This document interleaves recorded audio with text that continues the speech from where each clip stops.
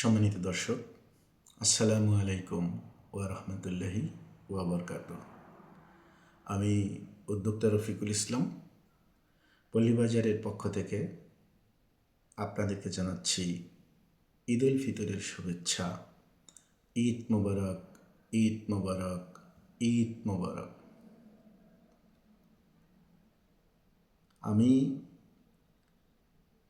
এখন থেকে নিয়মিতভাবে উদ্যোক্তাদের জন্য আমার সামর্থ্য অনুযায়ী ভিডিওগুলো তৈরি করব এবং এগুলো উদ্যোক্তা related, personal growth, business growth এই সংক্রান্ত বিষয় নিয়ে।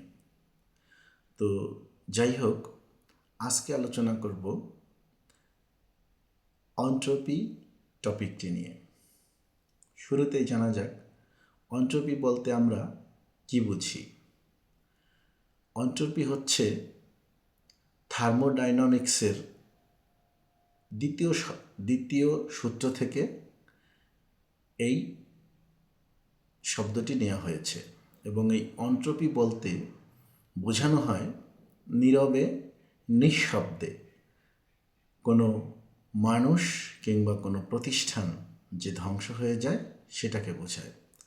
অর্থাৎ কোনো প্রতিষ্ঠানকে, কোনো ব্যবসাকে যদি সামনের দিকে নিয়ে যেতে হয় তাহলে বিভিন্ন কর্মসূচি রাখতে হয়, একটার পর একটা ইনোভেটিভ পাওয়ার সেখানে ইমপ্লিমেন্টেশন করতে হয়। যখন কোনো শিল্পী, যখন কোনো উদ্যোক্তা বা কোনো শিল্পী বা কোনো উদ্যোক্তা বা যে কোনো প্রতিষ্ঠানের কর্ণধার, সে কোনো স্ক্যান্ডাল না করেও, কোনো অনেস্ট থেকে ডিজনেস্টে না গিয়েও তার প্রতিষ্ঠানটা সে ধ্বংস করে দিতে পারে যদি এই অন্ট্রপি তাকে পেয়ে বসে। অর্থাৎ প্রতিষ্ঠানকে বিভিন্ন কর্মসূচি দিয়ে অ্যাক্টিভ রাখতে হয়। আর এই অন্ট্রপি হচ্ছে, এটা প্রকৃতির নিয়ম। অন্ট্রপি হচ্ছে প্রতিষ্ঠানের স্বাভাবিক কাজের ধারাকে বাধাগ্রস্ত করে। যখনই একটার পর একটা স্টেপ নেওয়ানো হয়, ইনোভেশন পাওয়ার ইমপ্লিমেন্টেশন করানো হয়, তখনই দিন দিন নীরবে, নিঃশব্দে যে বিজনেস স্লো হয়ে যায় এবং একটা সময় এই অন্ট্রপি ব্যবসাটাকে ধ্বংস করে যায়। এবার আসুন আমরা এই অন্ট্রপি থেকে কিভাবে পরিত্রাণ পেতে পারি। একটা কালচার তৈরি করা, প্রতিটা প্রতিষ্ঠানে একটা কালচার তৈরি করা। যেমন নির্দিষ্ট একটা সময় মতো অফিসে আসা, নির্দিষ্ট একটা সময় অফিস থেকে ছুটি হওয়া, প্রতিটা অফিসের একটা নির্দিষ্ট ড্রেস কোড থাকে। এই সমস্ত বিষয়গুলো হচ্ছে কালচার।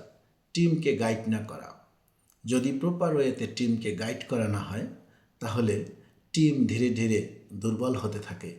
টিমের পাওয়ারকে উজ্জীবিত করার জন্য টিমকে প্রতিনিয়ত গাইড করতে হয়।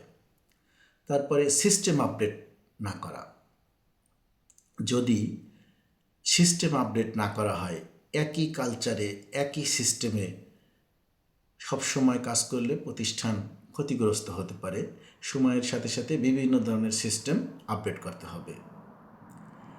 তারপরে মার্কেটিংয়ে ইনোভেট না করা, অর্থাৎ ইনোভেশন ক্ষমতা, মানুষের যে ক্রিয়েটিভ ক্ষমতা, এই ক্ষমতাকে ওখানে প্রয়োগ না করা।